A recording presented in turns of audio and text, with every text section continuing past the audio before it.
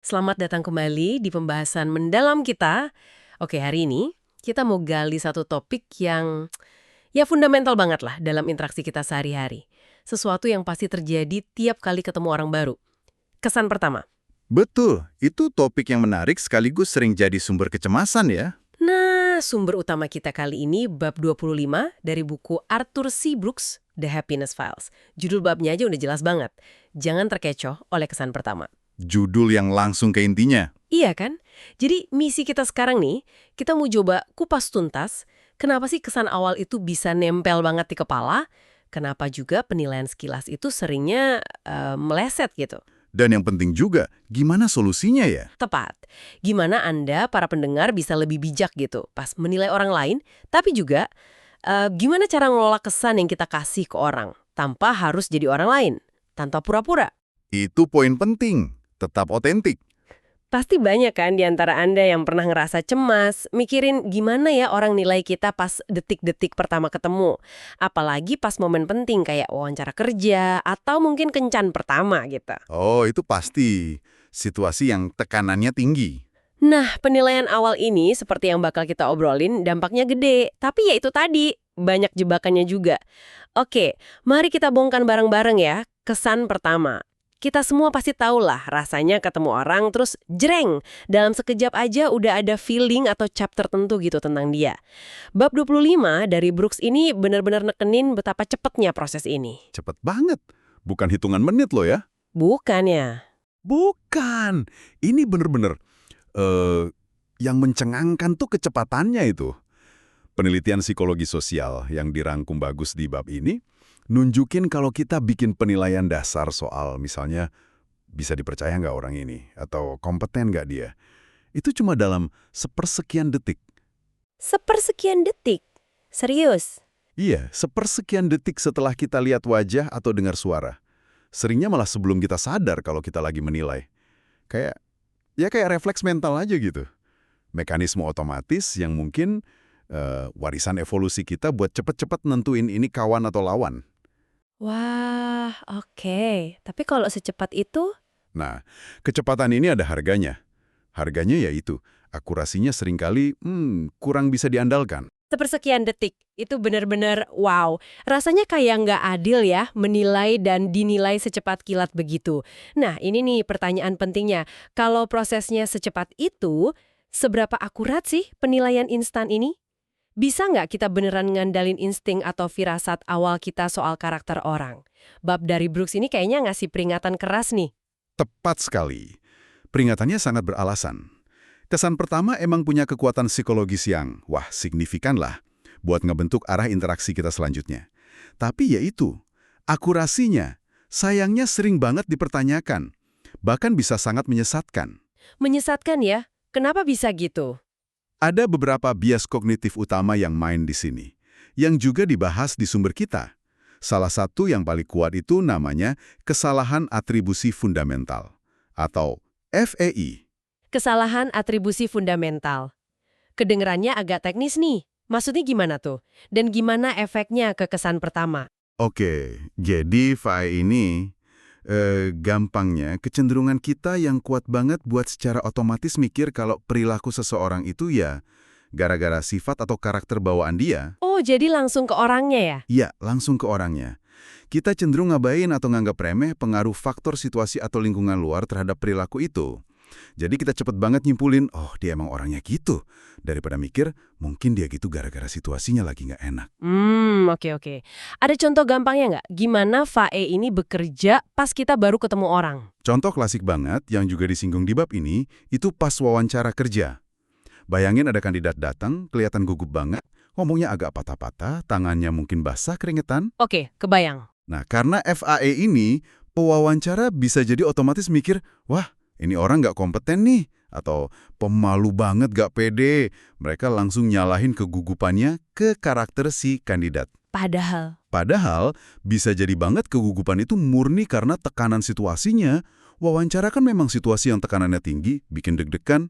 Di luar wawancara, orang yang sama bisa jadi kompeten banget, ngomongnya lancar, pede di lingkungan kerja biasanya. Bener juga ya. Atau contoh sehari-hari deh, Anda lihat kasir mukanya cemberut gak ramah. Langsung mikir, orangnya nggak enak banget. FAE bikin kita lupa mikir, mungkin dia lagi capek banget abis shift panjang, atau lagi ada masalah pribadi. Kita cepet banget ngejudge orangnya, bukan situasinya. Jadi, VAE ini kayak kacamata yang fokusnya salah gitu ya. Bikin kita nyalahin karakter orang, padahal seringnya situasi yang jadi penyebabnya. Wah, ini ngebuka mata banget sih. Tapi apa cuma VAE aja yang perlu diwaspadai? Atau ada bias lain? VAE emang pemain utama, tapi nggak sendirian. Bab ini juga secara nggak langsung nyinggung bias lain yang relevan. Namanya bias persepsi termotivasi.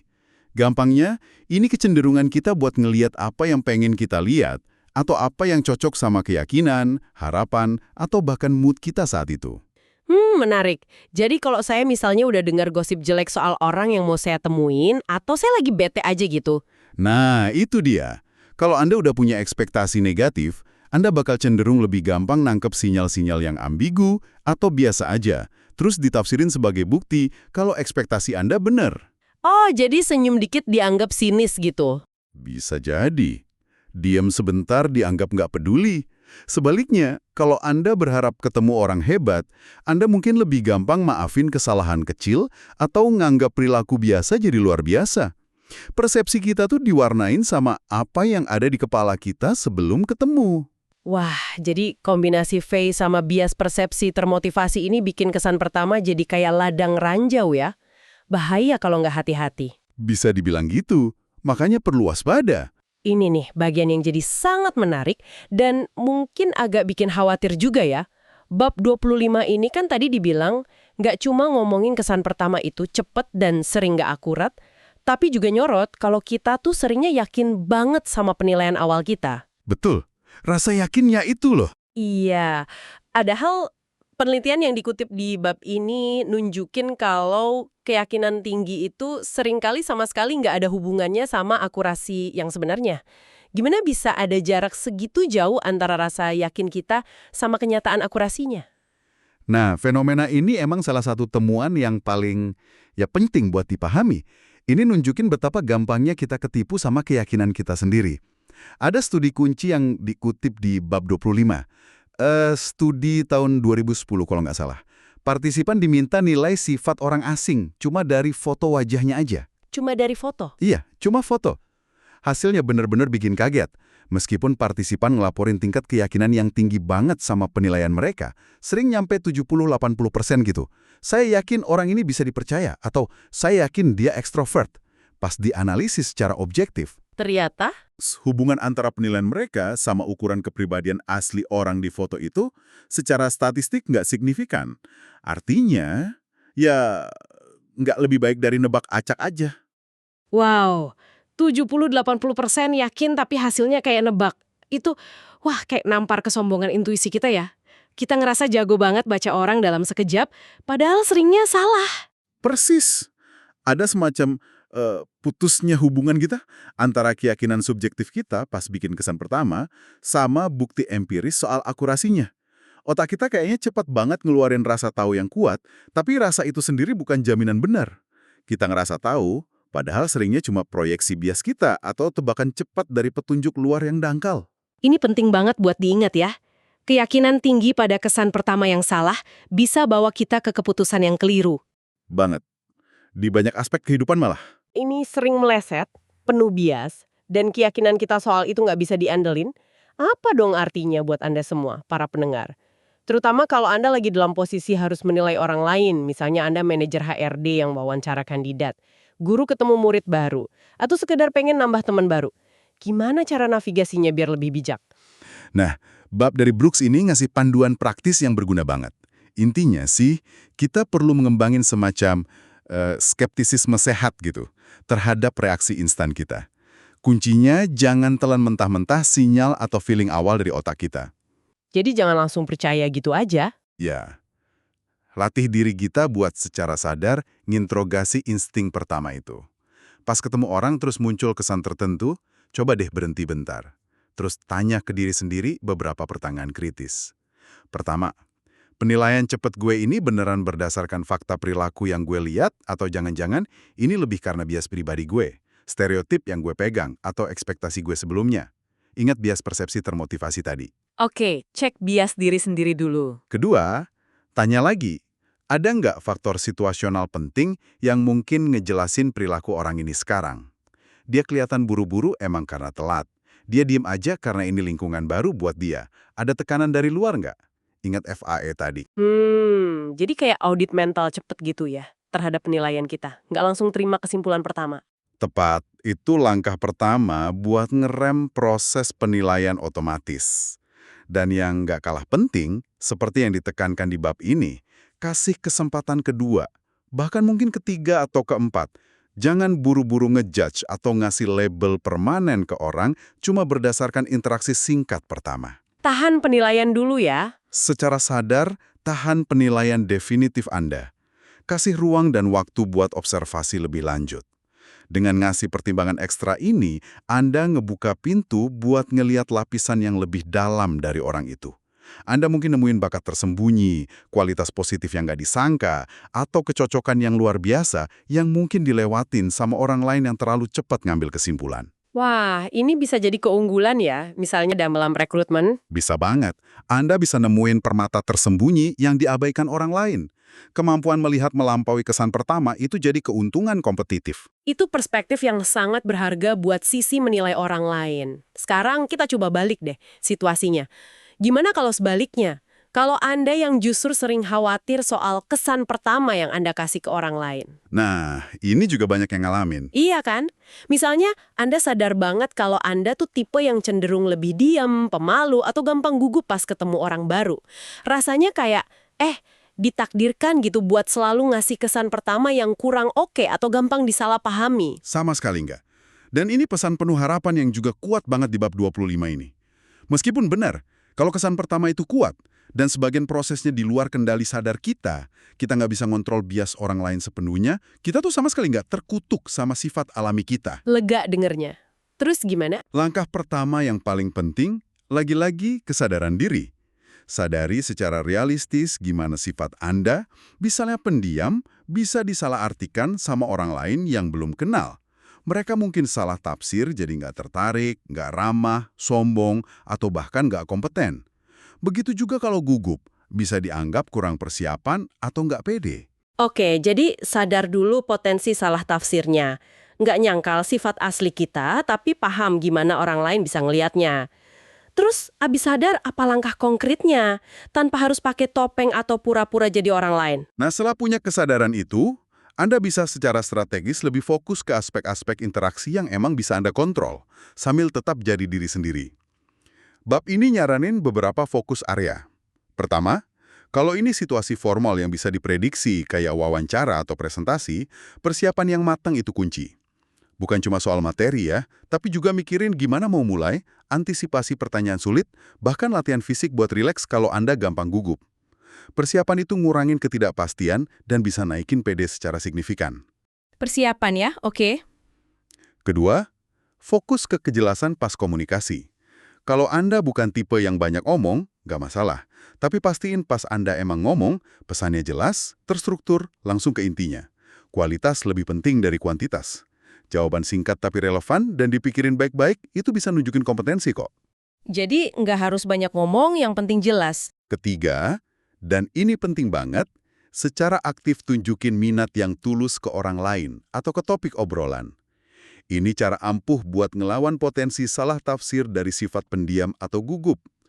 Caranya, dengerin aktif, condongin badan dikit, ngangguk, kasih respon verbal singkat kayak, iya, oh gitu.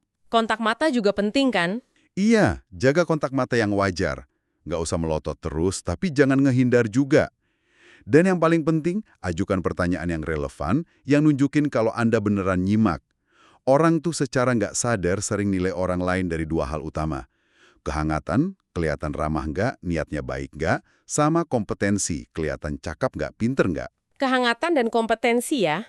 Nah, nunjukin minat yang tulus itu naikin banget persepsi kehangatan. Dan seringkali kehangatan itu sama pentingnya, atau bahkan lebih penting dari kompetensi pas awal-awal bangun hubungan. Lain ya. Bener banget. Dan yang paling penting buat diingat, ini diulang-ulang terus di bab ini. Kesan pertama itu bukan akhir cerita.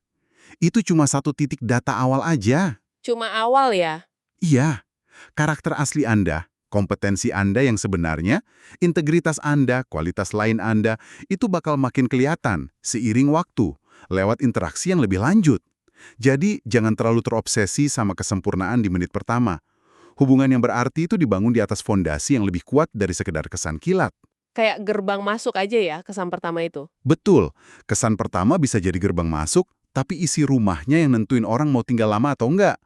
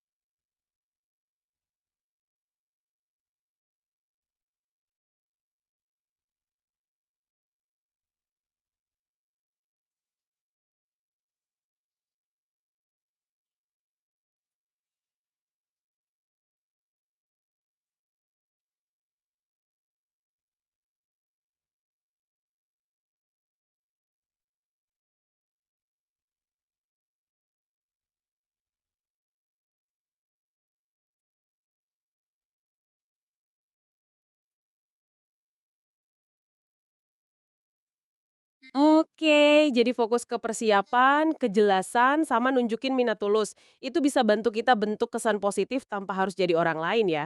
Bener banget. Dan yang paling penting buat diingat, ini diulang-ulang terus di bab ini. Kesan pertama itu bukan akhir cerita. Itu cuma satu titik data awal aja. Cuma awal ya. Iya, karakter asli Anda, kompetensi Anda yang sebenarnya, integritas Anda, kualitas lain Anda, itu bakal makin kelihatan seiring waktu, lewat interaksi yang lebih lanjut. Jadi jangan terlalu terobsesi sama kesempurnaan di menit pertama. Hubungan yang berarti itu dibangun di atas fondasi yang lebih kuat dari sekedar kesan kilat. Kayak gerbang masuk aja ya kesan pertama itu. Betul, kesan pertama bisa jadi gerbang masuk, tapi isi rumahnya yang nentuin orang mau tinggal lama atau enggak. Jadi kalau boleh saya coba simpulkan pakai analogi yang tadi ya, kesan pertama itu ibarat sampul buku. Bisa menarik banget, bisa biasa aja, atau malah agak nipu. Tapi kita nggak boleh dan nggak seharusnya nilai seluruh isi buku cuma dari sampulnya, gitu kan? Nah, itu dia. Dan ini berlaku dua arah ya, baik pas kita lagi baca sampul orang lain, maupun pas kita sendiri yang jadi sampul yang lagi dibaca orang lain. Analogi yang pas banget, merangkum esensinya dengan baik, intinya persis gitu.